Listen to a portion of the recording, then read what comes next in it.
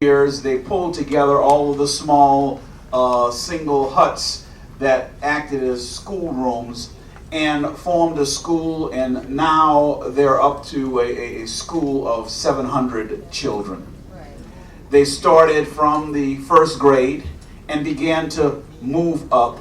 They're now, last year when I was there, they were in 11th grade, and the 12th graders had to travel 50, 60 miles to, I think it's La Vallée, to go to high school.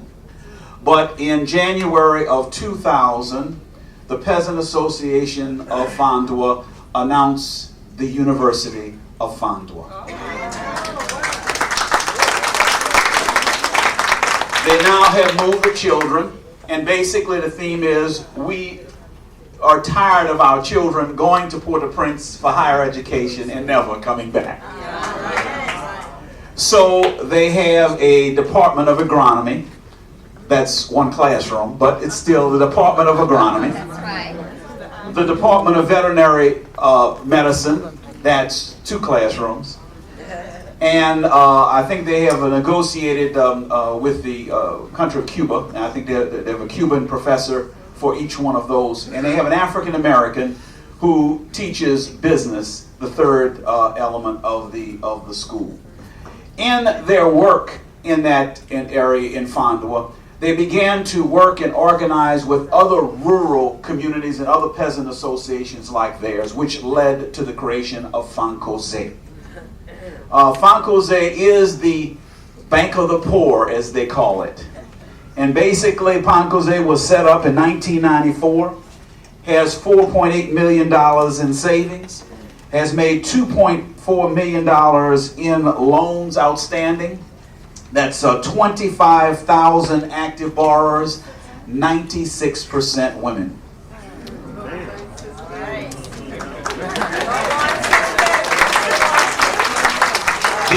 The emphasis is co-op development. They basically ask them to come in groups of 5 and organize their business on a co-op fashion. And that's one of the loan guidelines that Fankose uses. Basically, how Fankose raises money is they go around the world, and much of it from the United States, and ask people to make their investment. This is an investment, not a donation. They have committed, and over the last few years, there's been a 3% return on investment. So this is a real business, a micro bank, focused on the rural poor. I think right now they're up to 20 branches throughout rural Haiti. And later on we can discuss, oh, by the way, I had one of my old versions over here. For those who came late, probably got the old version. There's a new phone number, so just peek over to someone who has the new brochure that they sent me last week and just copy the new phone number down, but the email address is the same. So we can talk later about, as we as the Haitian Support Project move forward, we're going to need friends and helps and what they call in business channels of distribution of what we do and what we decide to do. And maybe Fankose or several organizations like that we could work up joint ventures with them. Thank you.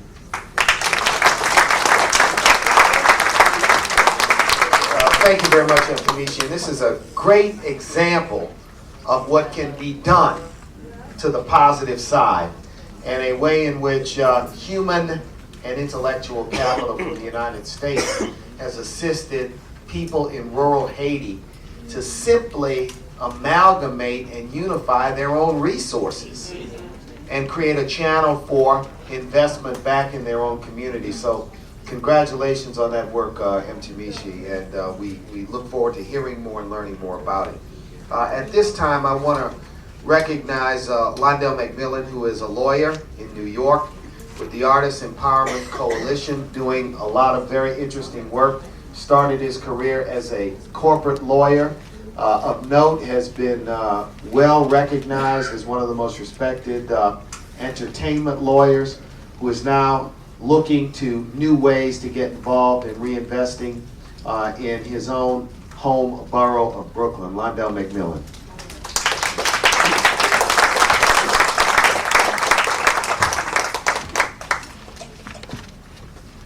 morning. Good morning. Everybody's okay? First, I want to just thank everyone for being here. Thank the Haiti Support Project. Thank you all. It's been a wonderful trip, and we had some fun. Everybody had fun? It's real deep in here. We're going to just lighten the load just a tad bit, and I'll be brief because it's been so much. Because one of the things that I found, and before I can even speak, I just want to pay my respect and my love to my queen mother and teacher, Adelaide Sanford, who's here.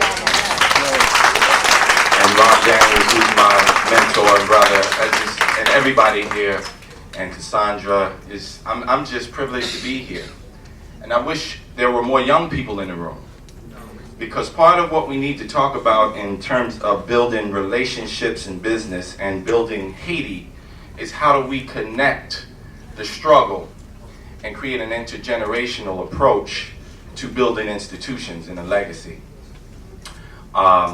I was asked to speak probably because I am one of the, foremost entertainment lawyers, and I am one of the co-founders of the Artist Empowerment Coalition, where some of my partners and clients from Prince and Stevie Wonder and Roberta Flack and some of the largest hip-hop artists throughout the world are my clients, and even the wonderful Wyclef Jean, who is someone who I counsel on various business matters from time to time, who is not a client but a great friend.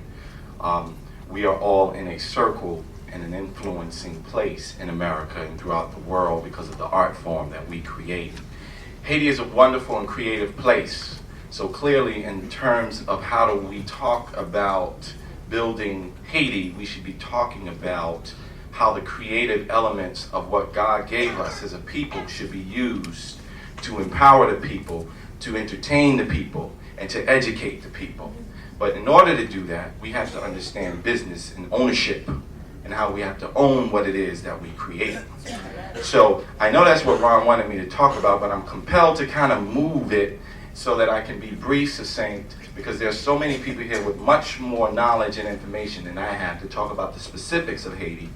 But as a business lawyer, which is my foremost training, I think it's so important to kind of show the interrelationship between entertainment and creativity and in business.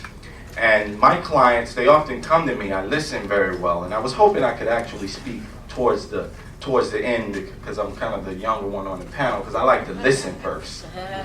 But one of the things that we talk about is in any business, particularly for people when we're in a struggle, and in anything we do, doesn't matter what the government is, doesn't matter what the industry is, we have to have a principle-centered perspective to our core values and how we manage and how we lead. It doesn't matter what it is. What is going to be at the core of how we make decisions? And who are we going to prop up to be our honest brokers in what we do? We're on this trip because we believed in certain individuals. We want to make sure that those brokers continue to operate in principle, not with emotion. So one of the rules in the arts of what I do is that we believe in creativity, we believe in emotion and passion in the arts, and we believe in no rules and no laws in the arts. However, when we move to the business, the principle-centered perspective only shares creativity with the other set of principles. We don't believe in emotion in business. We don't believe in emotion in business. And as a people, my brothers and sisters, as your son, as someone who's standing on the shoulders of so many, it's been the emotions and our inability to manage the emotions of the plans that we've created that has often caused us to miss our mark.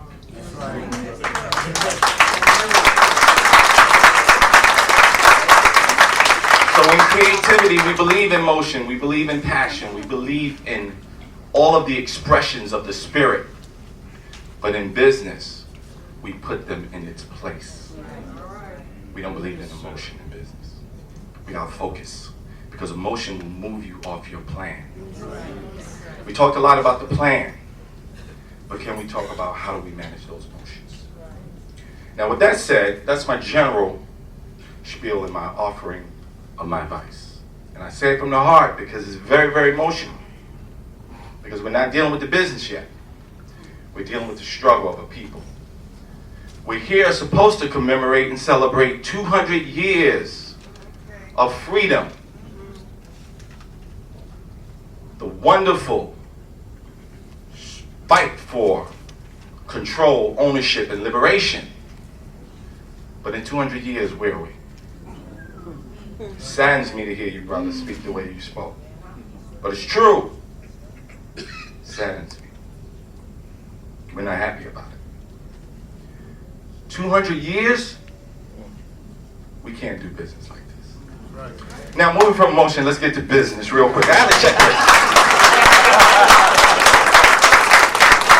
And I said in business, we don't talk about emotions. We get down to business.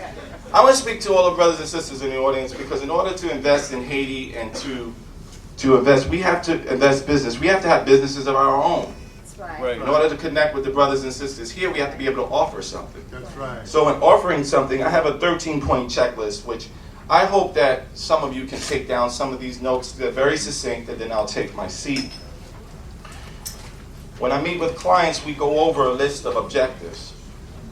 Because it's very essential for us to kind of target what it is that we want to do and what our expectations are so that we can manage them and be accountable to them.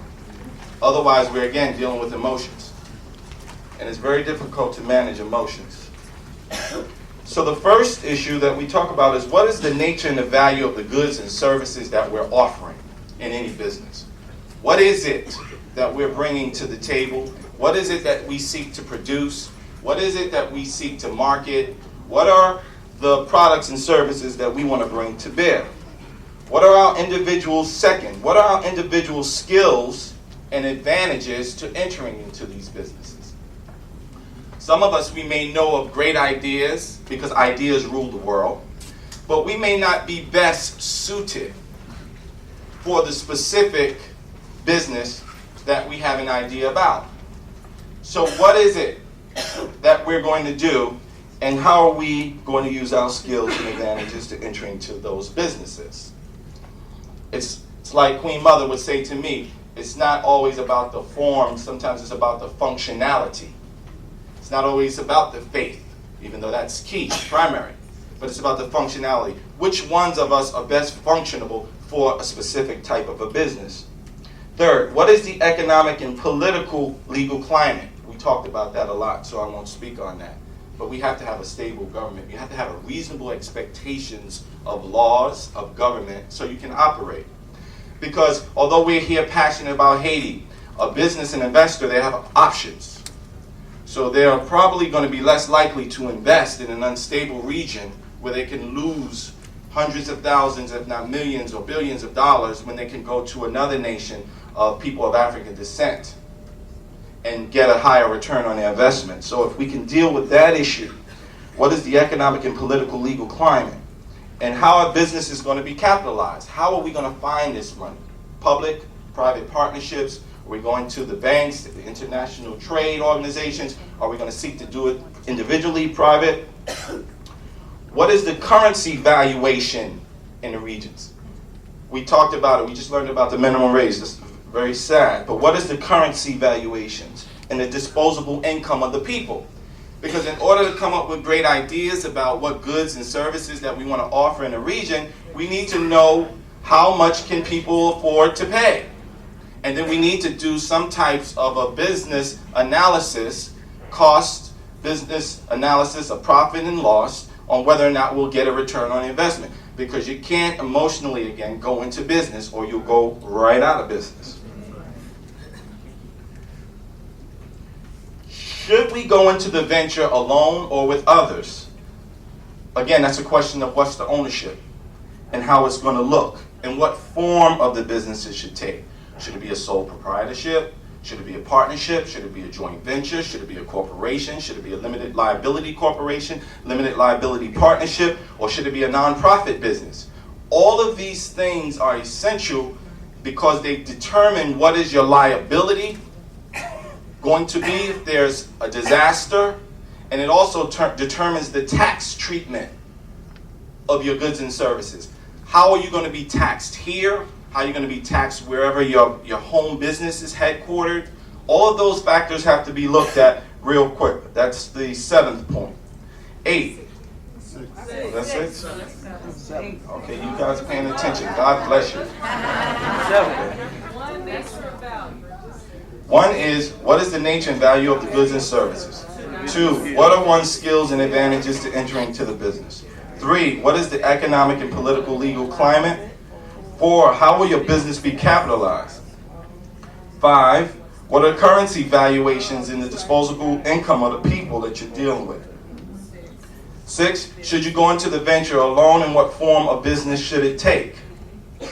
Okay, 7, what are the tax benefits and consequences? Some, I'm not sure here if there are offshore tax benefits here, but that needs to be looked at. For example, in Nassau, that's one of the things that they speak very proudly of. There are no taxes there. So one of the biggest industries there, obviously, is what? Banking. Okay, banking. We were in Puerto Rico, and interestingly enough, to find out, I thought one of their biggest industries would be tourism, but it's not. Does anyone know what Puerto Rico's largest? Pharmaceuticals. Lawful drugs. 8. Watch yourself. Watch yourself. And interestingly enough, they put all types of different kind of artwork, and other companies put their brands on the drugs that are made actually in Puerto Rico. So I just thought it was very interesting. 8 or 7? 8. Okay. 8. Okay, let me just run through them. We're going to just renumber them later. We're on 8? 8, okay. 8. How do you approach the issue of sharing the profits and the equity in the business? You have to give some considerable thought to that early in the process, so that you don't have a group of people who are all putting in their sweat equity, their financial investments, and then later on down the road, you know, these things are not thought out. You can do it early up front, or you can do it in the form of some kind of stock options if XYZ happens. That's something you have to really deal with. What will the equity partners receive from it? And if you go back to the first thing I talked about, it was principle-centered management. How will the people benefit from it? Okay. 9, how to manage and market the venture, the business. Inside, you need your officers. Who's going to be the president, vice president, and so forth. How the policies and procedures will work. Who's going to be on your board of directors. That's inside. Outside, who are your attorneys going to be? Who are your accountants going to be? Who are your vendors are going to be? And I use that in the plural sense, because sometimes people get one person and they put too much on one person. And when you're building a real big business, one person cannot handle it alone. That person may be your honest broker to a broader range and network of service providers, but that one person cannot handle it alone. Some of my closest clients, who I would love to make sure they wouldn't have any other lawyer or any other accountant or any other business associate, I can't in good conscience go to them and say, I am the be-all and end-all. We can't do business that way. We have to go out and find others to make these realities happen. But I'm the honest broker, so be an honest broker, because your word is your bond, especially if you're in the service business. 10, I guess I put that up front before. Principle-centered responsibilities of business. You have to invest in the people, and then the people will invest in you. We talked about it at the intergenerational conference with Brother Hakeem Adabudi. I believe most in any law, the law of the harvest. Whatever you plant, whatever you sow, you shall reap, and it will come back. You plant a seed, it will come up, and it will grow. But you gotta water it, you gotta cultivate it. So principle-centered responsibilities. 11, asset protection strategies. How do you protect what it is that you've created? How do you put in systems so that if there's something that happens, that you just don't lose it all? What happens if you run out of cash? You have to make sure that the deals you make will not allow someone to just come in and take your business, okay? Or take you out, or take your team out. You have to always make sure that you protect. And then finally, what is the exit strategy? Many in our community believe we should never sell businesses. People criticize Brother Bob Johnson for a number of things, but one of those things included the fact that he sold his company. Some criticize others who have black-owned institutions for selling large shares of their company. Well, to sell a business is not necessarily a bad idea, because again, we're not operating from a place of emotion. Okay, you sell a business to get a significant return on your investment so that you could possibly reinvest in other businesses or other institutions or things that make us great as a people. So when you're coming from an emotional space, you want to say, well, we have these businesses. But when you're coming from a business place, you're always looking at how to maximize value. I've said enough. You guys have been great with your time. Thank you and God bless. Hey, no. Let's give him a big hand. We can certainly see why he has been not only successful, but helps other people organize themselves to be successful. Thank you very much for a wonderful presentation and an insightful presentation. We want to now at this time recognize Leonard Dunstan. Leonard has done many, many things. Most notably, I think, 12 years as the Commissioner of the New York State Division for Youth, now the Office of Children and Family Services. He has served 3 New York City mayors, 2 governors, also Governor Hunt in his native state of North Carolina. He is the President Emeritus of the National Association of Black Social Workers, Lenny Dunstan.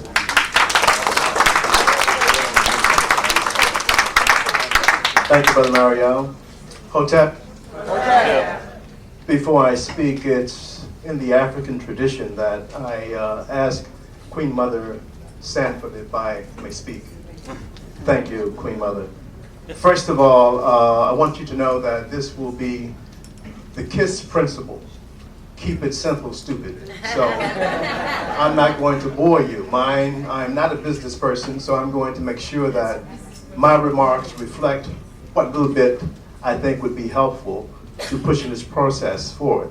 Before I go forward, for those who are members of the National Association of Black Social Workers who are with this cruise, for those who are current paid members, and then our extended family members such as Haiki, Susan, Rose, Hank, Malika, and Queen Mother and Sister, I think she's here, yes, Cassandra. Would you just stand for one moment with me in solidarity?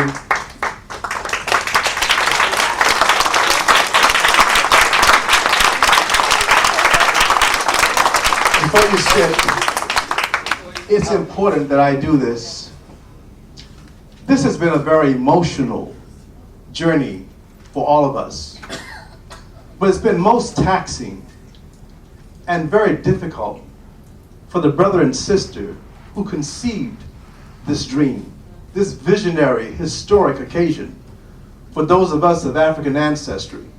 We all may have our own political and philosophical views, but he got us here, she got us here. And I think we just need to stand and give Queen Sister Mary Frances and my brother Dr. Ron Family a warm hug, round of applause for being the Tucson Libertines of our time and the family leaders of our time.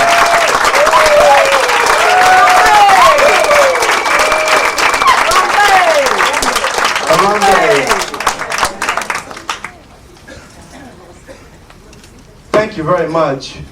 As you can see, I'm very, very, very emotional about what's happened with us as African people and what has happened to us as African Haitians.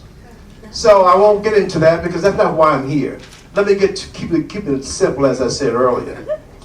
First, for 29 years, the National Association of Black Social Workers have held an international conference throughout the African diaspora. We either meet on the continent one year, and the next year we meet in the Caribbean. This year we were in the Gambia and Senegal. Last year we were in Cuba.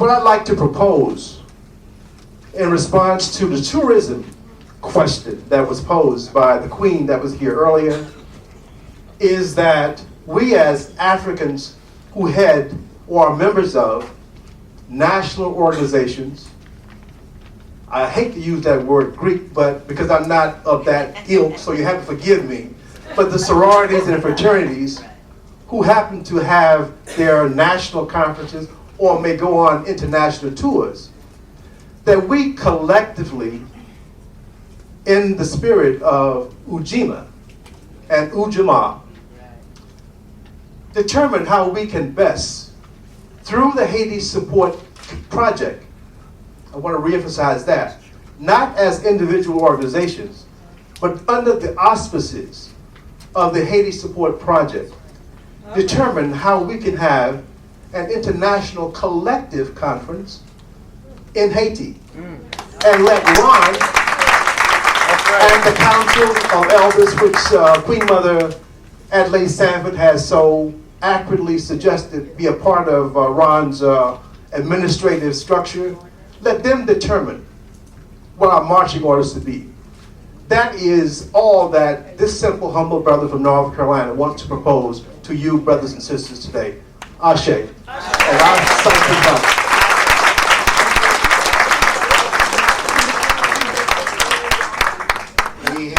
you. Where did, is Bob? Okay, Bob Dale. Bob is well known as an advertising and public relations executive in Chicago with R.J. Dale Advertising and Public Relations, also active with the Institute of Positive Education. Bob Dale. Thank you.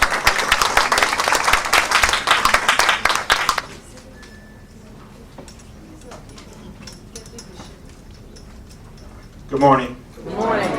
Thank you, Mark. Thank you, Ryan, for putting all this together. Yes. And I'm real honored to be on this panel. Very distinguished panel. I'm just proud to be a part of it. All right.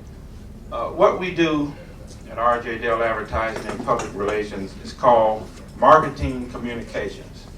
And that's what I want to speak about briefly today, because most of what I'm hearing gets back to what I call a marketing problem for Haiti. I want to speak briefly about brand Haiti. Brand Haiti. I just want to ask the audience a question. I just want you to answer to yourself. When you think of Haiti, what do you think? What's the first thing that comes into your mind? Poverty. Wait a minute. Keep it to yourself, please. Keep it to yourself. I'm sorry, I don't Keep understand. it to yourself. When you think of Jamaica, what's the first thing that comes to your mind? When you think of New Orleans, what's the first thing that comes to your mind? It's pretty clear where I'm going with this. Haiti has a severe brand image problem. And that must be overcome before you can seriously entertain massive investment. The other piece of that, I believe, is education. To me, all roads, all paths lead back to education, and that is a proper education. You know, when you talk about why black folks behave the way we do, you can usually trace it back once you clear out all the BS, back to what's been put in our minds. And I asked the question of a couple of people on the trip, well, what are they fighting about? The country is, as the sister said, bankrupt. They're poverty stricken. What are they fighting about? It's got to be an affair of the mind. So I think that the proper education of the people, I understand that the illiteracy rate is somewhere around 50%. I'm not 50%. I had an interesting thing happen to me yesterday, and I want to just take a moment to share it with you. I was trying to get into Malo in Cape Haitian, and we got, thanks to a brother here by the name of Kwame. I don't know if he's in the room today, but he had made arrangements out of Philadelphia to take about 7 people into Cape Haitian and Milo, and interact with some folks there. And me and my wife, Kathy, got invited. And so we were filling out our papers in the little office at Labadee. And we got in the trucks. We were all set to go. And what Kwame had arranged was that they were going to take us for free, and we were going to give them a generous tip. Not defined, but a generous tip. But after we got in the trucks, the driver said, well, we're not with that deal. We want $25 per person. It was 7 of us. And so we said, well, we're not with that deal. So we offered $15. And the brother turned it down. Now I'm scratching my head. I didn't know at the time that the minimum wage was $2 a day. Help me out on this. Minimum wage is $2 a day, and this brother is turning down $140 for about 3 hours work. He didn't do the proper analysis, the proper assessment of the financial opportunity before him. And that just made me think, well, I'm beginning to understand now what some of the problem might be. But that's on the education thing. But let me get back to this brand Haiti that I talk about. In my business, perception is reality. What people think is what they believe to be true. And when I think about black folks in America and Haiti, I think what black folks in America think about Haiti is that it is a dangerous place, poverty-stricken, a lot of fighting going on, no reason to go there, there's nowhere to stay, you might get shot. I mean, that's right or wrong, that's the image that black Americans and white Americans, because when you talk about tourism, you're talking in terms of America more about white folks than you're about black folks. So when you think about that, then you know that also reaches into the area of investment. Investors want stability, as the attorney said, as the brother and the sister over here said. In the absence of stability, they want a very high return for their investment. That works against Haiti, obviously. Giving up everything to get someone to invest, as Mark mentioned. So it gets back to how do we fix the image of Haiti? And it must be done scientifically, in spite of what's going on there right now. The image has to be fixed externally and internally. The people in Haiti have to come to believe that Haiti is a great, great place to live and to be, and that everyone should want to be there. He talked about getting the people in the rural areas to stay and not go to Port-au-Prince. Well, I'm sure you have probably a bigger problem than that in getting the educated people that leave Haiti for higher education to come back. So, and they won't come back until they truly believe that Haiti is a great place. So, tourism, patriotism is all about brand awareness and brand image. And so basically that's it. I think it starts with some research has to be done. You have to get into the minds of your target audiences. Who is it you want to influence in terms of Haiti? The investment community, the tourist community, you name the community, we call them stakeholders. Then you have to find out who they are, and you have to talk to them. You have to learn what they're thinking about Haiti, what they're feeling about Haiti, what it would take for them to re-engage or engage in Haiti. And if it's a re-engagement, why did they cease to engage in Haiti? It's scientific. It's about quantitative and qualitative research done across whatever countries that you deem to be target countries for engaging with Haiti. And then you have to come up with a plan. I have a friend out of South Carolina that says, if you don't have a plan, then someone has a plan for you. And so in the case of Haiti, Haiti may have a plan. I have not seen evidence of the plan for Haiti. It may have one. If Haiti has a plan, then that plan must be communicated to all of your stakeholders who care about Haiti, who want to be involved with Haiti, or who care about making money and want to make some more money. As the brother said, business is not emotional.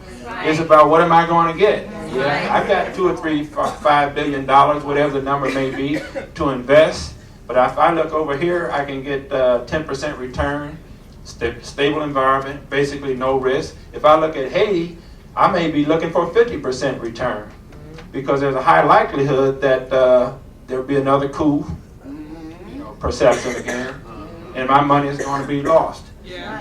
So I think that, and I believe that Haiti is very sincere about moving ahead, but I think you're going to have to invest a sizable amount of resources in the development of a marketing communications plan, which will take into account all of the things we're really kind of talking about in here today.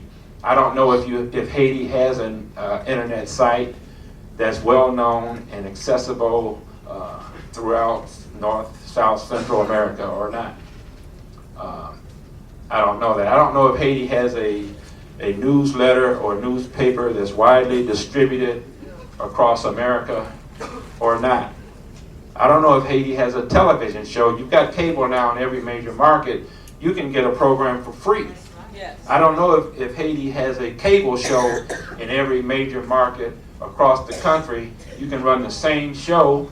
You just have to produce it and then distribute it across the country to whoever is your liaison in these different markets and begin to pump the message. If you ask 10 Haitians, tell me about Haiti, I suspect if they didn't know each other, they're from different parts of the country or from Haiti, you would get 10 different answers about Haiti.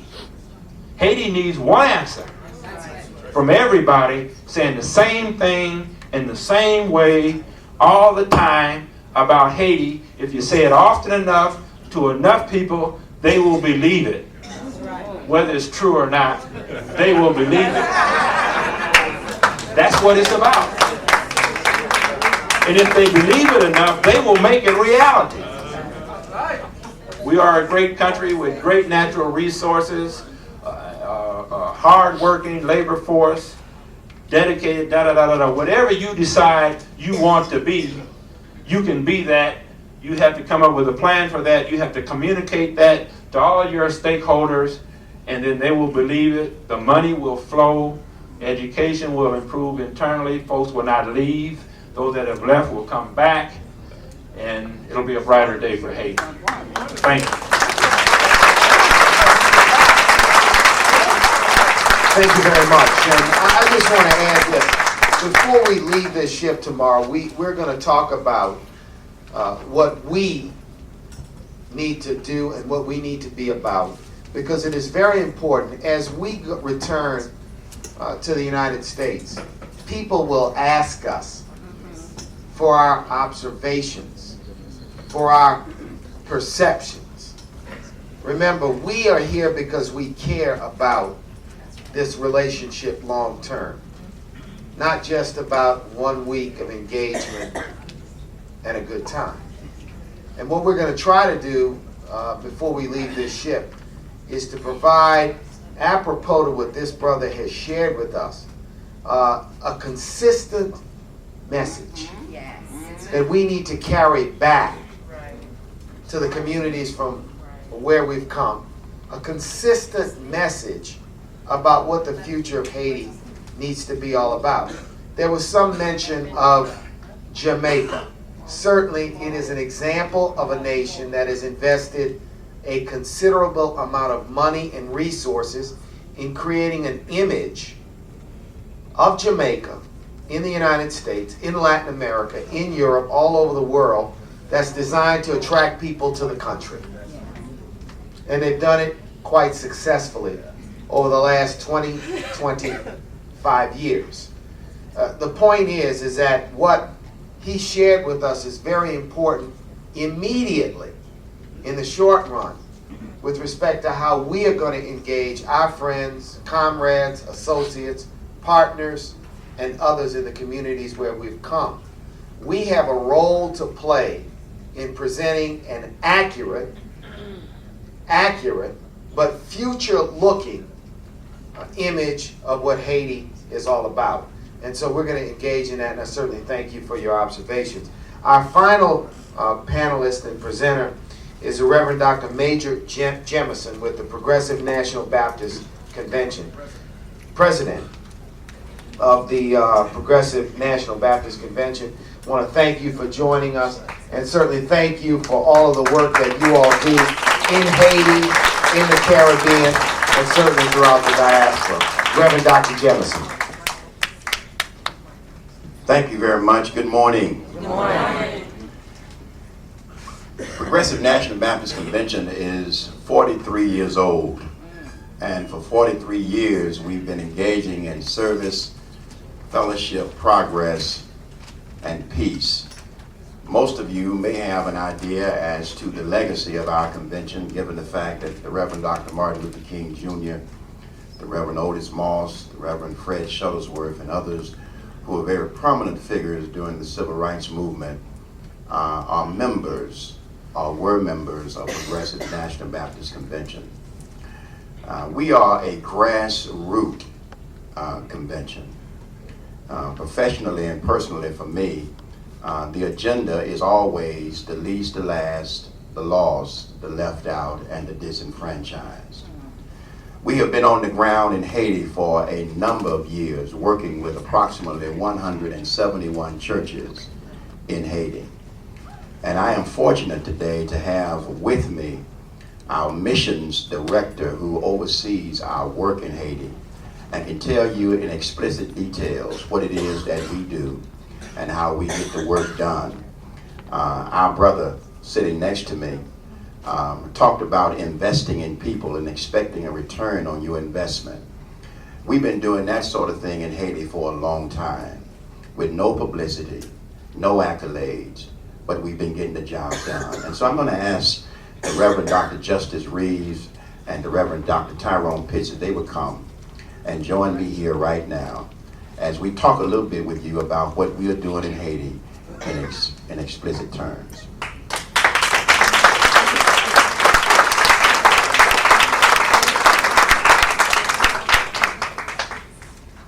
Tyrone's my boss, so I'm going to give it to my boss. I know who signs the check. Good morning. Good morning. I want to greet you on behalf of pastors in rural villages in more than 40 Haitian communities. I want to greet you from teachers and students in 48 schools, where 15,000 students are educated and given a meal every day. I want to greet you from rural villages, where the only physician that is seen is a physician provided by us on a consistent basis. 3 clinics that operate water resource projects that provides well, and now we've learned how to irrigate water, which is a whole process of tapping water from the mountain, bringing it to a collective system where the water is purified by using charcoal processors and then rechlorinated, and then after 24 hours you can drink it and it tastes better than water in Washington, D.C.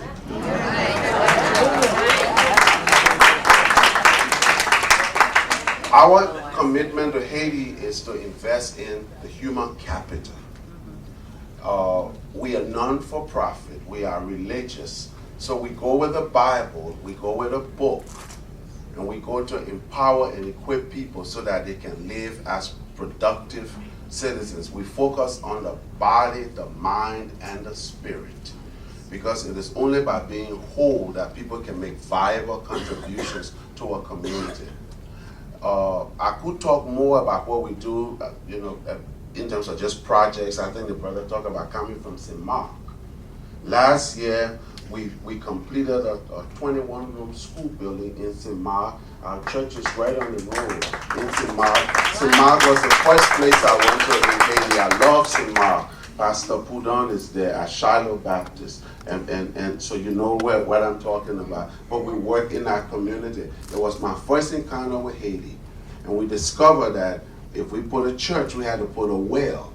because it was not enough for the people to come and worship. They needed water to wash their clothes, and water to drink, and water to cook with. And that school almost got burned like your place, but the people in the neighborhood rose up and said, you're not going to mess with this. And the school stands today. We also run an orphanage in Quadribuque. The orphanage today has over 100 children waiting to be brought in. With the last storm that devastated so many, Pastor Duodani was at our meeting in Houston a few weeks ago, and he said to us, we need more space. And I said, not more money. He said, yes, that too. Because when the kids are 13, we have to let them go from the orphanage. And lastly, I just said, no, we're not going to let any more kids leave this orphanage and go in the streets and end up being prostitutes or whatever else. So we're moving to another level. We are going to be building an empowerment center at the orphanage.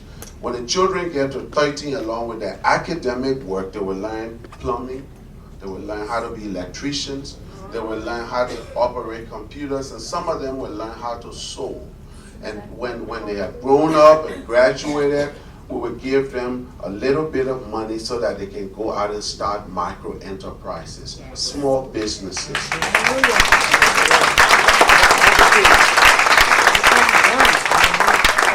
I've seen this work because it works in Ghana. I've seen it work because it works in Kenya. And we're going to duplicate some of our experiences we work in 21 countries. Some of the experiences we've learned, and bring those experiences to bear in Haiti. Lastly, I am from Liberia. And Haiti and Liberia have two unique things that work together. One is that Haiti paved the way for all of us to understand what it means to be free.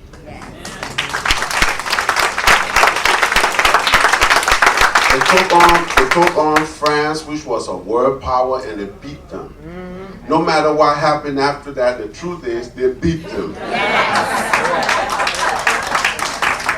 African Americans from the South predominantly, fed up with Jim Crow, decided to go back to Africa. Now people have made it to seem like we are terrible folks in Liberia. We're not. But here's the connection. The motivation for those people that went back to Africa to start Liberia started with what they saw in Haiti. And because of that, Haiti is my second country. We go to Haiti twice a year.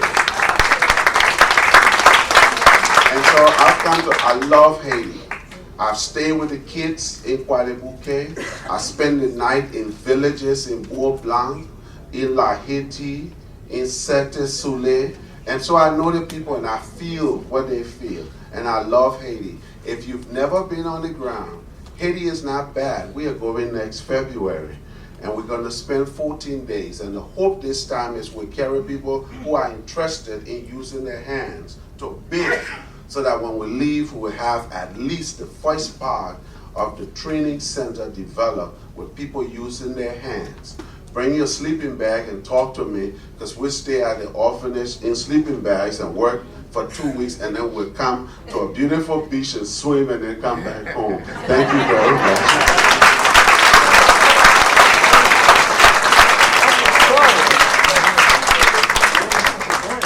I just have a few words to say. I would like to talk to you about our convention from not only the Haitian perspective, but a wider perspective. We are a convention of the diaspora. In 1990, we decided intentionally that we would move beyond the United States and focus on bringing the diaspora together. And Justice can give you some specifics in terms of how many churches we have where, but I just wanted to mention this to you to show you that we are interrelated within our ministries, but also within our focus. We believe that the water that divides us is not strong as the blood, but also the color that unites us. And as we move throughout the diaspora, we raise issues of unity and we raise issues of quality and economic justice. We have churches in the United Kingdom, we have churches in Jamaica, we have churches in Haiti, as you know, churches in South Africa, Cameroon, Kenya, Uganda, Cuba. Over 400 churches that are members of the Progressive National Baptist Convention are in Cuba. And the President and I visited Cuba in February of this year, January of this year, where we met with the leadership both in Havana and Santiago. We believe, as a convention, that we, as Dr. Martin Luther King believed, must deal with issues of justice and peace and love throughout the diaspora. And we seek to do that using Haiti as a model. I'm hoping that in the near future, that we may have one of our board meetings in Haiti. We recently had our board meeting in Nassau, Bahamas, because of our link with Haiti. So with that, I just say thank you for the opportunity. And I'd like to. In closing, let me just offer my thanks and appreciation to Ron for the invitation to come and be a part of this historic gathering. Our theme for next year, we are working with the theme Building Better Bridges for Ministry. And our theme for next year is the Bridge of Partnership. And we certainly would like the partnership with all of you in making life better for those who are the least, the last, the lost, and the left out. Lastly, in January of next year, for the first time in the history of Black Baptists in America, that will be coming together 4 of the major Black Baptist bodies in our country for the first time in history. It gives us a golden opportunity to carve out an agenda for Black America in America. And one of the focus groups that we're going to be putting together has to do with the international relationship of our brothers and sisters in the diaspora. And we want to invite you to come and be a part of that. It just blesses my heart to see all of the talented individuals that I've never met before here this week, and hopefully we'll be able to get their information and make them a part of the discussion that we'll be having in Nashville, January the 22nd through the 25th of January 2005. Thank you, Ron. Let's give the Progressive National Baptist Convention a big applause. Big applause. Because mostly they are doing real work in Haiti with no fanfare. Not looking for credit, but impacting people. And I think and hope that what the discussion this morning has done is inspired our hopes for the future. Inspired us that there are assets, resources, possibilities. A country with strong people is not poor. A country with history is not poor. A country with allies all over the world is not poor. Maybe some of the people are broke, but that's not poor. So we don't need to use that word in describing Haiti.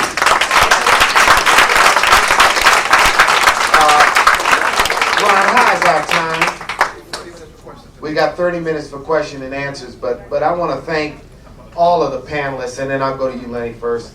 But I want to thank all of these panelists for great insight, a lot of thought, and also for prodding us to really see the possibilities about this relationship, because that is what this is about. Lenny? Yes, it's very brief. Yeah. But I'm at that stage where I'm in the CRS category now, and I wasn't sure whether this happened or not. But I want to make sure, if Haki, did I call your name when I asked all the honorary members to stand? Yes. Okay. Brother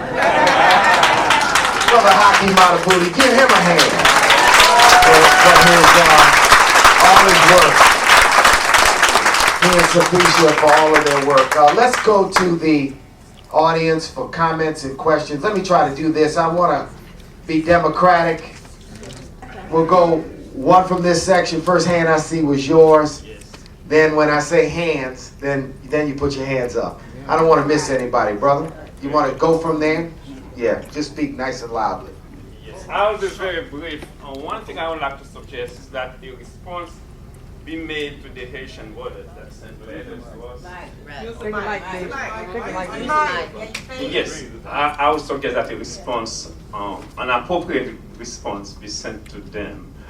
Number two, many of the things that was brought about here today, they have been in the pipeline for years. There has been a plan for Haiti from day one. The greatest asset of Haiti is a name, and the name is Toussaint Louverture, and it stands for freedom, equality, and fraternity. We have gone a long way with the first one, freedom, but we need to work harder on equality and fraternity. We need education. We need to educate the elite, the business, that people come first. I don't want to go too long, but Haiti is being controlled by a few families that care less. And we need to educate not only the illiterates, but the literates as well about the need for a social consciousness. What's happened to Haiti? This is a very hard-working people who has been betrayed by an elite, by a lack of leadership. And I'm praying and believing that we shall fight for a better Haiti that begins with education. This is the priority, and all the rest, tourism, agriculture. We are importing sugar. Haiti used to be exporting sugar. We need to feed our people. And the first step, education, agriculture, and so forth. Thank you so much. I know many people are. Okay. Yes, sir, brother. I can speak loud enough. Speak good and loud. All right. My name is Adam, and I'm the president. I'm the president of an organization, family-owned and operated business since 1969, and we manufacture jewelry for the most part. My statement really was, the gentleman made a statement earlier about having two tracks in Haiti. One was business and one was government, and he said that both tracks would be on two sides of the fence. So I was just wondering, how could it be possible to have business and government on two sides of the track? I found it kind of difficult to actually do business without government being involved. No, let's say that what we are saying is that we are together in this, but the important thing is that politics has to stay on their track and give us the guidelines as far as business is concerned. But regarding the business community, regarding economics, we have to be able to keep on moving forward without having, let's say, decisions taken 100% for us as far as business is concerned. There are many businesses that have opened in Haiti, and because of politics, they were ruined, or because of politics, they had to close. And that is an impossibility. You know, for example, we have a company that we have over 100 shareholders into it.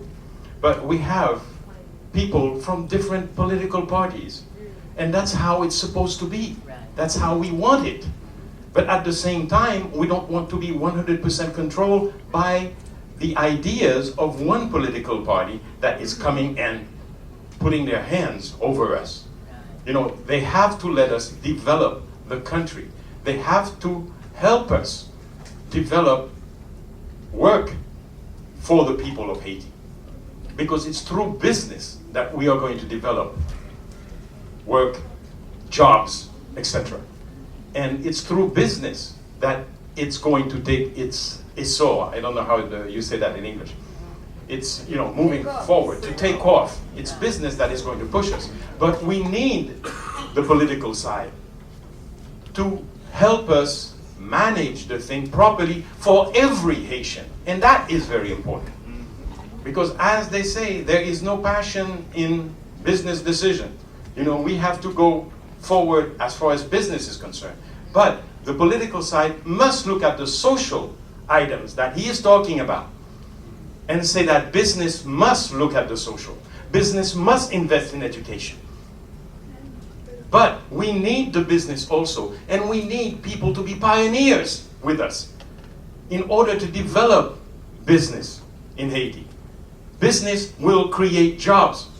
Business will move Haiti forward. And at the same time, we need to have that social part very, very integrated. Now, many people have invested in social, the social part in Haiti. Education, they have invested in health, and right now you have invested in human capital. But for God's sake, we need to develop programs, we need to develop business to absorb those people and make them stay in Haiti. Because we are tired of seeing our children moving away from Haiti and going to America, Canada, and they're becoming great people there. We need them in Haiti, so we have to create the job possibilities right there. So that's why we need you guys to be pioneers with us. I am so happy to see that we are really brothers. Today I understand that.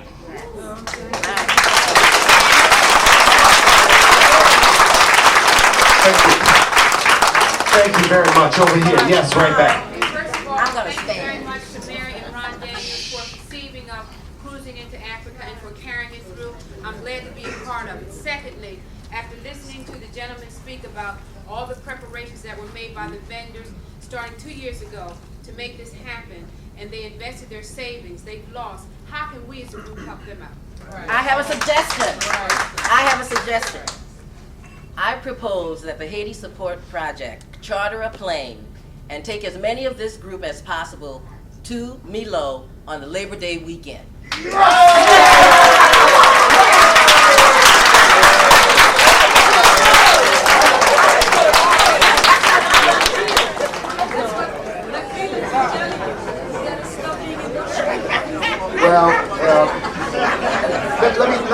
Let me say this. I said it yesterday. I want to say it again because I want to answer this question. Please listen. And there's one thing that our dear brother, and I'm going to do this on advice of counsel. Elron McMillan is my lawyer.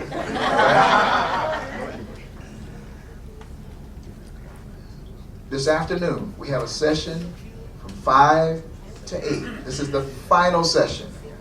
There will be proposals made in that session about how we address the concerns that were raised, which are legitimate in terms of things. And it was not 2 years. 2 years and 2.5 years was the Haiti Support Project. We're talking about the last few months. But it's nonetheless devastating right, in terms of what happened. So we're going to address that this afternoon between 5 and 8.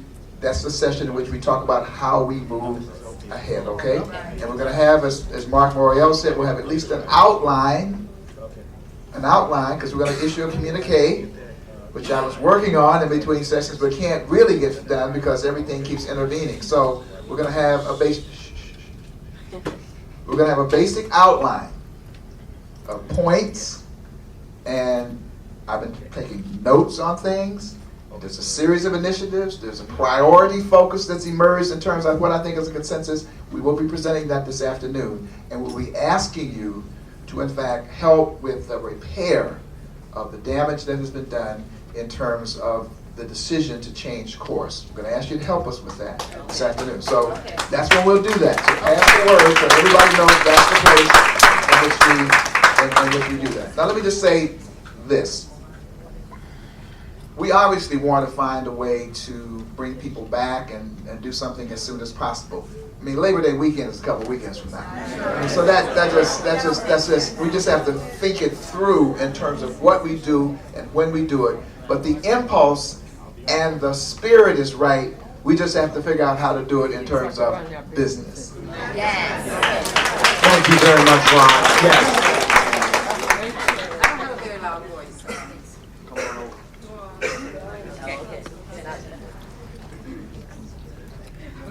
this is not earth-shaking or anything. But before we leave, I guess if the staff or somebody will let us know, those of us who may be available in the next year or two to offer skills overseas, where we can send our resume. I'm retired. If I'm provided a house or whatever, I can probably live on my pension. I'm not necessarily asking for a big salary. I don't know who else may be in the same type of situation. And not married yet, so I don't have a husband to say no. Let me know.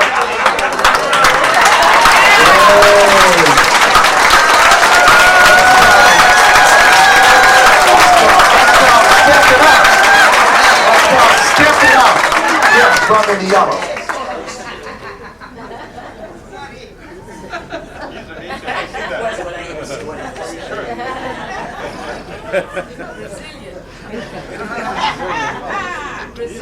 I'm happy. I love Haiti. I'm crazy about Haiti. I left Haiti 35 years ago. Then my mother would say, I'll go every year. I used to go twice a year when I drive cab. I love Haiti. But the problem of Haiti is the bourgeoisie. Right. The problem of Haiti is the bourgeoisie. If they treat people like, everybody human, if they love Haiti. Some of them, they live in Haiti, but they stay in Haiti and they live in Florida. Right. That's the problem. Right. If I know a guy, they bought their house in Florida, and they bought their house in Florida and live in Florida. They have 2-3 houses in Florida, and they have business in Haiti. They eat in Haiti and drink water in Florida. Right. That's the problem. Right. I say they don't love Haiti that much. Right. This is the problem. If you love Haiti, I remember when I was growing up, people always say you used to go to school with the elite. I used to go to people from the kids from the elite, But now, those elite live in the U.S. Right. And they have big business in the U.S. And Haiti is exploitation us. The problem is the elite. And when they try to treat us like human beings, right, then everything gonna be all right. Right. Thank you very much.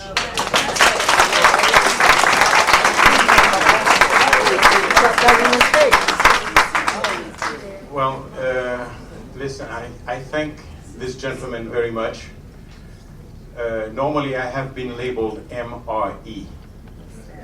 You know what that stands for? Most repugnant elite. That's what they have labeled us. Now, my family has been in business for God knows how long. Now, we have invested in Haiti because of the color of my skin. Believe me, everything in me is Haitian, 100%. But I have always been labeled as a blanc. Blanc means white man. But blanc also in our country means foreigner.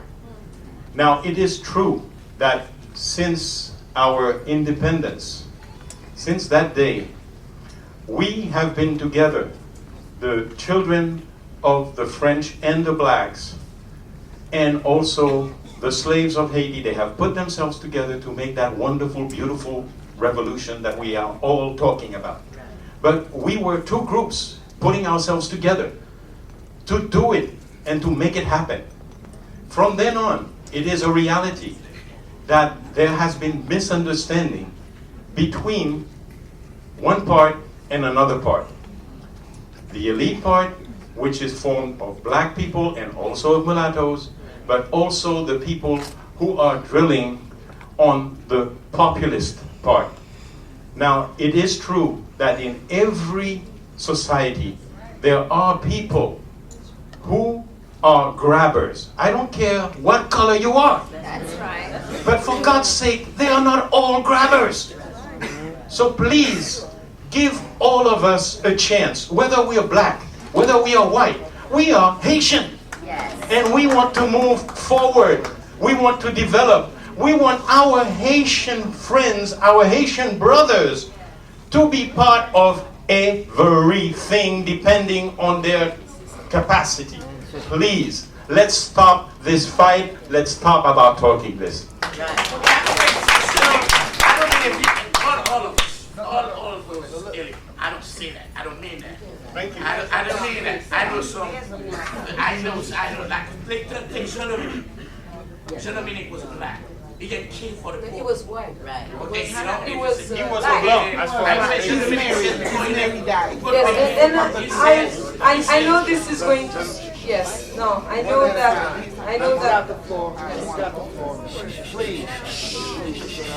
Please, we're gonna get back to the audience in a minute. Let's let our guests respond. No, I just want to make a very brief comment after what this gentleman had to say.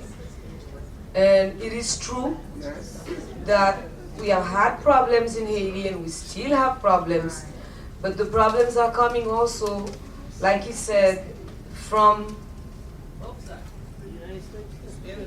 different class of people. But it's true that in Haiti we have had an elitist attitude. And I think that now a lot of people have realized that if they don't change, if they don't adapt themselves to the new trend, they are going to have to not be there. You understand? I think that this is the time for reconciliation also. Yes. But reconciliation comes also with acknowledgement. You understand? I mean, in order for people to reconcile, you need to say, acknowledge that in the past, and it is the reality, that we have had people in this island, not only in Haiti, in Martinique, in Guadeloupe, in many other countries, in South Africa, having an attitude that was not the attitude that should have been the attitude. Now, I think that what's important is to know the new rules of the game. And if you play by the rules of the game, you're welcome to be inside of the family. And if you think that you're superior and you think that you have something that will make, where you're going to, do the business for you, the family will reject you. But I think that this is time for Haiti, definitely. And you guys have to push for that. It's time for reconciliation, because you know what? While we're fighting among Haitians, business is being done there. I told one time, one person, that America is the land of opportunity for a lot of people. But Haiti is a land of opportunity. There are opportunities there, and people are taking advantage of those opportunities, while a lot of people are fighting, not getting along together. So, thank you. This is what we're going to do. Let's give her a hand. Thank you for the comments. I'm going to take, in the interest of time, and because Ron also has some announcements before we adjourn, it's almost noon. What I want to do is I saw this hand, and this hand. I can only take three more comments, unfortunately. There will be time for further conversation with the panelists and on an informal basis, but in the interest of time, let me take 1 minute. I'm watching my watch. 1 minute each, and then we'll bring Ron up for some announcements in terms of what we're going to do next. Yes? I just have a comment, and I can do it in 30 seconds flat. All right. The issues that he brought up, I just want to remind everyone that what gives us this problem with color difference, I'm from Louisiana, so I know. And it's about white supremacy and the idea of white supremacy, okay? We have all been indoctrinated with the idea that white people are supreme to us. White people have been indoctrinated into it, and we have been indoctrinated to it. So we practice our brand of white supremacy by self-hate. Hating ourselves and hating other people, okay? And white people practice it by putting on that mask and saying, well, I know I'm really not supreme, but I got to keep this game going. So we need to remind ourselves on a daily basis that we need to fight white supremacy, the idea of white supremacy in our minds and our hearts, and uproot that from our psyche and be done with it.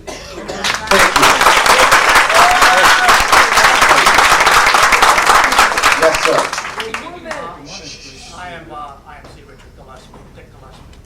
I want to point out that this cruise is about Toussaint Louverture, And we certainly recognize that the Haitian Revolution, which was led in great part by Toussaint Louverture, established the first black republic. But also part of the greatness of Toussaint Louverture was that he created the first constitution ever written in which people of all races were equal to be determined by their own abilities.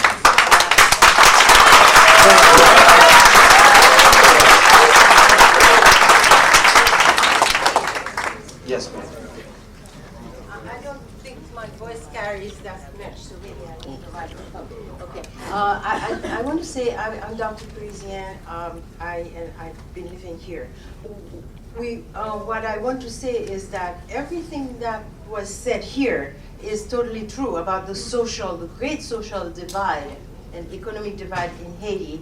And to follow on to what Maurice has just said, there was an old generation of elitists in Haiti, the people with the light color and with all the money that had no social conscience. But things are changing, and we have to acknowledge that. There is, the children, our children and our generations have migrated to the United States, to France, to all the great, well-developed countries have acquired an education. And there is a new generation of young businessmen now in Haiti. They have returned and they have invested their talents. And we have formed, you heard about Promo Capital, we have formed a Haitian American investment company of 70 investors. And we are taking risks, and we have put our money out there. And we are members of the board of that association. And this association operates, and we've raised a capital of like over $1 million, well, to start. And we are operating with a social conscience. And we are doing enterprising. We are we're loaning money to people who have projects, community-oriented projects, rebuilding little things. So anyway, that's all I have to say. Thank you very much. I neglected earlier to recognize this brother who's going to just say one quick word about a medical initiative. Yes, go ahead. There's one area of endeavor that impacts every one of us in this room and every one of us around the world, either by its presence or its absence. It impacts us on a physical level, it impacts us on an emotional level, and it impacts us from a business point of view. It suffers from, as entertainment does, oftentimes the difficulty in separating the physical and passionate and emotional from the business side. And that's healthcare. I would love to participate in a discussion about sustainable healthcare businesses in Haiti that goes beyond the wonderful charitable work that many do. Physicians and others who go to Haiti and other places around the world that are underserved and donate their time. Those are all wonderful things. But if healthcare is to become the quality that is required to sustain a society, we have to have sustainable business initiatives in healthcare in these areas. And I'd love to participate in a discussion with that. Good, thank you. Thank you very much. And we'll certainly, let's thank Londell, Lenny, Carl and Faye, M. Tamishi and Bob. Let's give them a big round of applause. Stand up and recognize them.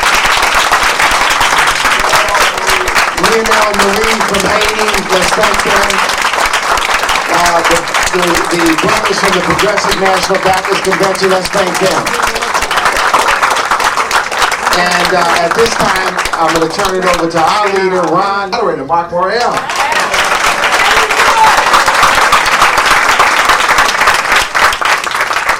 We want to let people know that we still have copies of the Reflections book, and there's another one which Jean-Jean Pierre and the others integrated so masterfully into the presentation, the Haiti Sharif presentation. And they're where, Wayne? In the back here? On the other side. Okay, and by the way, the contributions that people have been making as a part of these packages of T-shirts and books and various other things are a part of the resources that we're raising to help do the restitution. So, you know, go and purchase these things because it's a part of a contribution. I also want to say that the book that was referenced by Richard Gillespie is here too. Is it not, Dr. Gillespie? Okay, but you can get it on your website. Okay, well we'll announce that in the larger session this afternoon. We want to let you know that at 1:30 in this room is the Women's Issues Forum. We'll be with Susan Taylor and others facilitating it here in this room at 1:30. We want everybody to go to everything, but certainly the last session is at 5 o'clock this afternoon, from 5 to 8. It may not go that long, but we want to have you come as soon as on time as possible, and maybe we can get out earlier. That will be in Studio B. The third seat is Sister Adelaide. The third from the end, over here. The first one is Sister Cecilia. The second one is Sister Shani. The third is Sister Adelaide. The fourth is Sister Malika. The fifth is Sister Keisha. Where's Keisha? There she is. The sixth is Sister Delucifer. Okay. The seventh is Sister Rose. The eighth is Sister Cassandra. The ninth is Sister Kathy. If I don't lift her up, if I don't lift her up, I will fall down. Brother, I want to lift my brother up. He is not heavy. I want to lift my brother up. He is not heavy. I want to lift my brother up. He's not heavy. If I don't lift him up, if I don't lift him up, if I don't lift him up, I will fall down. Lift the people. I want to lift my people up. They are not heavy. I want to lift my people up. They are not heavy. I want to lift my people up. They are not heavy. If I don't lift them up, if I don't lift them up, if I don't lift them up, I will fall down. Beautiful.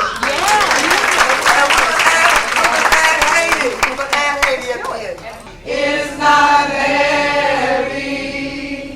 I want to lift Haiti up. It is not heavy. If I don't lift her up, if I don't lift her up, if I don't lift her up, I will fall down. God is in his holy temple. Let all the world be silent before God.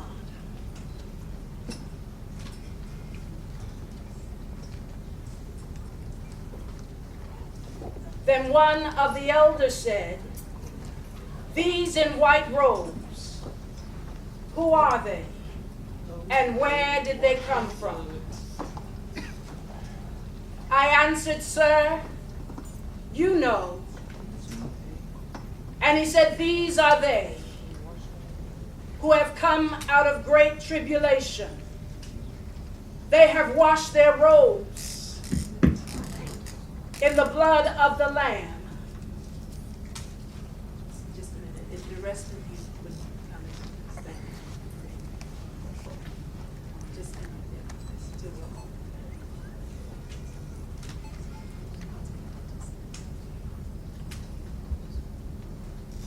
They are before the throne of God and serve God day and night in the temple. And he who sits on the throne will spread his tent over them. Never again will they hunger, Never again will they thirst. The sun will not beat upon them by day, nor any scorching heat. For the Lamb at the center of the throne will be their shepherd. He will lead them to springs of living water, and God will wipe away every tear from their eyes. We gather together to bear witness to the washing away of the tears of African and diasporic women, the tears of the ancients for the birthing of a mighty race, a race with justice in our loins and righteousness in our hearts.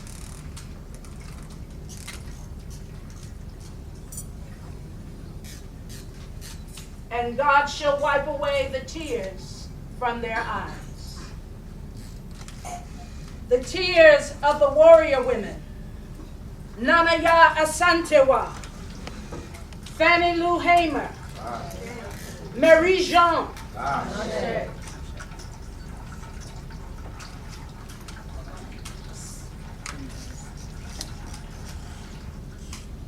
and God shall wipe away the tears from their eyes. The tears of the poets and artists, for our voices to be heard, for expressions to be embraced, for our creativity to be celebrated. And God shall wipe away the tears from our eyes. The tears in the darkness of the middle passage, the dark corners of the neighborhood, the dark cells of incarceration, and souls dark with grief. And God shall wipe away the tears from our eyes. The tears of exclusion, marginalization, segregation, classism, sexism, and servitude. The tears of fearing to be anonymous, invisible, alone. And God shall wipe away the tears from our eyes. The tears of our children, the tears of the unborn children, the tears of the stillborn children, the tears of the aborted children, the tears of the barren wombs, the tears of the orphaned children, the abandoned, the disabled, the teased, the hungry, and the homeless. And God shall wipe away the tears from their eyes. The tears of exclusion from education, opportunity, health care, a chance, a very real chance.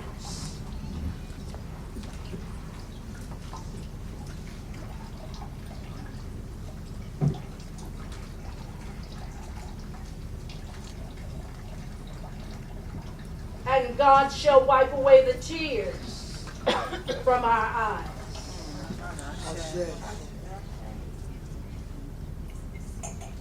The tears of longing for our men to be free, our sons to be whole, our brothers to rise to their destiny. And God shall wipe away the tears from our eyes.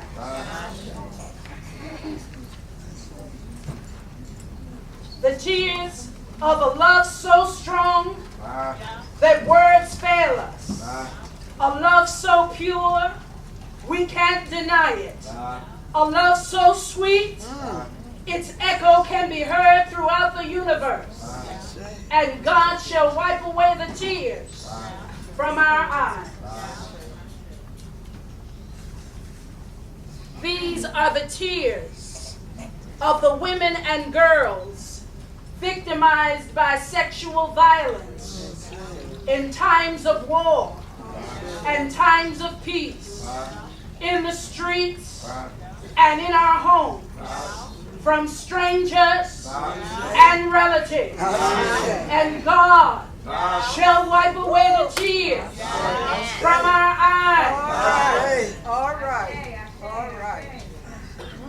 Listen to the tears from the souls of the women whose minds have left them, or whose bodies have been invaded by HIV/AIDS, STDs, cancer, lupus, high blood pressure, diabetes, obesity, and fear.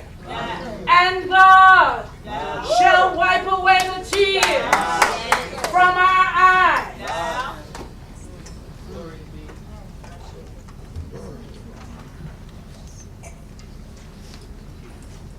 The tears of our daughters who want to live whole and free, beautiful lives of purpose, power, and integrity. The tears of our daughters who watched our tears and the grandmother's tears and the tears of the witnesses that surround us in the glory realm. The tears of our daughters who carry the jewels of the race in their womb. And God shall wash away their tears from their eyes. And the promise of the word is, weeping may endure for a night, but joy comes in the morning. Hallelujah. Hallelujah. Maya said, it's morning. Hallelujah. It's morning.